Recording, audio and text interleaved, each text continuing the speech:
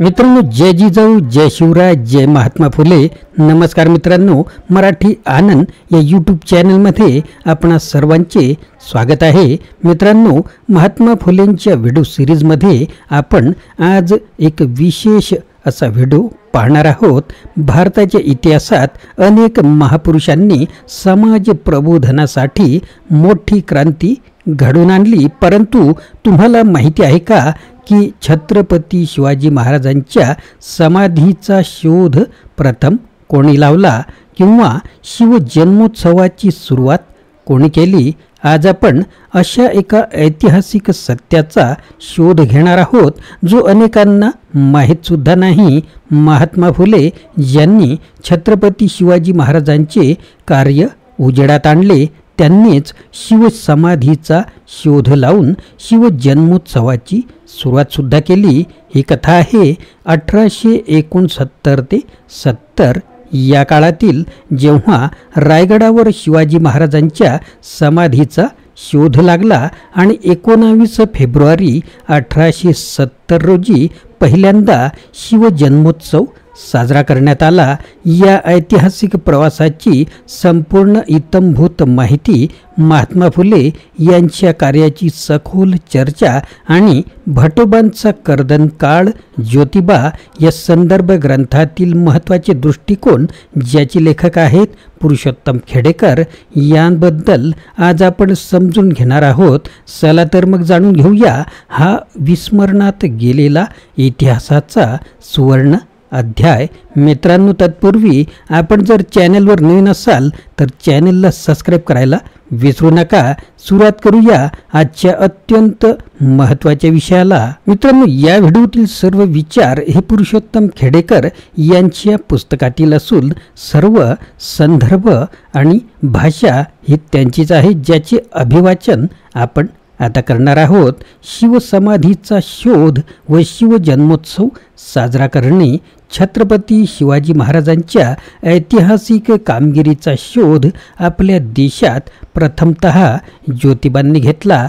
April May 1869 इसवी सनमध्ये किल्ले रायगडावर जाऊन सर्वप्रथम शिवरायांच्या समाधीचा शोध लावला. समाधी साफ केली, पूजन केले. सहकारी मित्रांसोबत पुण्यात 19 फेब्रुवारी 1870 पासून भव्य प्रमाणात शिवजन्मोत्सव सुरू केला. सामाजिक प्रबोधन केले.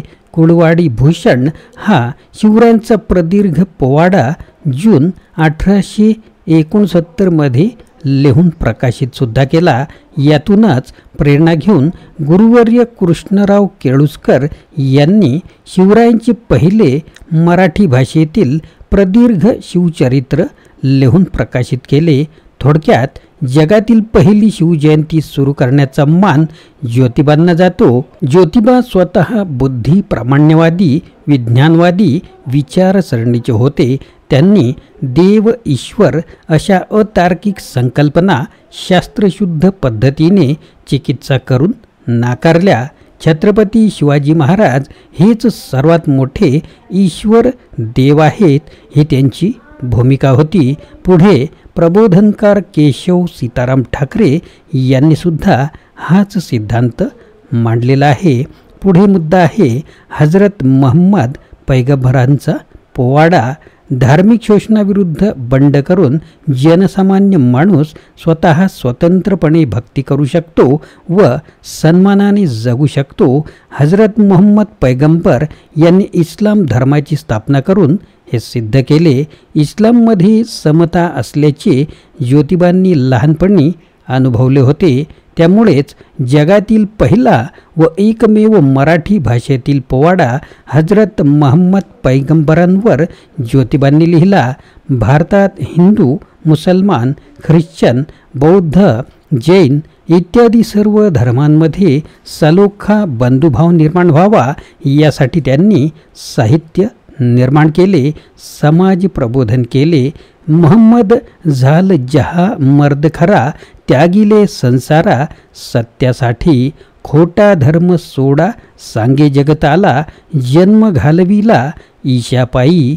जगहितासाठी लिहिले कुराण, हिमतीचा राणा जगवीर, जगाचा पालक निर्मिक अनादी, सर्व काळ वंदी निके सत्य, मन केले धीट धरिली उमेद, नाही भेदाभेद ठावा ज्याला, हजरत मोहम्मद पैगंबर, पवित्र कुराण व इस्लामची तोंड ओळख हिंदू धर्मियांना होऊन सामाजिक व धार्मिक समंजसपणा निर्माण व्हावा हे ज्योतिबांचे प्रयत्न होते.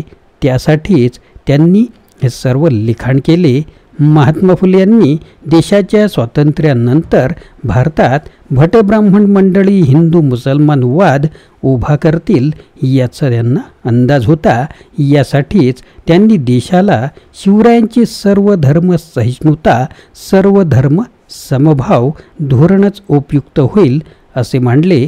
बहुजन समाज अज्ञानीच राहिला. महात्मा ज्योतिबा फुले हे प्रखर बुद्धी प्रामाण्यवादी होते, तत्ववेत्ते होते, चिकित्सक होते. अशा माणसाने शिवरायांवर व मोहम्मद पैगंबरांवर पोवाडे रचले. यातून आम्ही शिवरायांचे मुस्लिम धोरण समजू शकतो. आज आपल्या देशात शिवरायांचे नाव घेऊन जो मुसलमान विरोध होत आहे त्यात सामान्य माणूस भरडला जात आहे. अशा प्रकारचे विचार लेखकांनी इथे मांडलेले आहेत. महात्मा फुले यांनी छत्रपती शिवाजी महाराजांच्या कार्याला दिलेली नवी दिशा, इतिहासाला दिलेली खरी ओळख आणि सामाजिक परिवर्तनाची चेतना आजही आपल्या समाजाला प्रेरणा देत आहे. शिवसमाधीचा शोध आणि शिवजन्मोत्सवाची सुरुवात ही फक्त ऐतिहासिक घटना नव्हती, तर ती एक सामाजिक चळवळ होती जी अन्यायाविरोधात लढण्याची आणि सत्याचा शोध घेण्याची शिकवण देते. आज आपण एका विस्मरणात गेलेल्या सत्याचा मागोवा घेतला, जो भटोबाचा कर्दनकाळ ज्योतिबा या ग्रंथात पुरुषोत्तम खेडेकर यांनी सविस्तर मांडला आहे. महात्मा फुले यांचे हे ऐतिहासिक कार्य केवळ एक स्मरणरंजन नाही, तर ते सामाजिक न्याय, सर्वधर्म समभाव आणि स्वाभिमानाची शिकवणसुद्धा आहे. म्हणूनच आजच्या पिढीने सुद्धा या इतिहासाचा अभ्यास करून शिवरायांच्या विचारांचा आणि महात्मा फुले यांच्या कार्याचा प्रसार करण्याचा संकल्प करायला हवा. जर तुम्हाला हा विषय महत्त्वाचा वाटतो तर हा व्हिडिओ शेअर करा, आपल्या प्रतिक्रिया द्या आणि इतिहासाचा हा सुवर्ण अध्याय अधिकाधिक लोकांपर्यंत पोहोचवा. जय जिजाऊ, जय शिवराय, जय महात्मा फुले.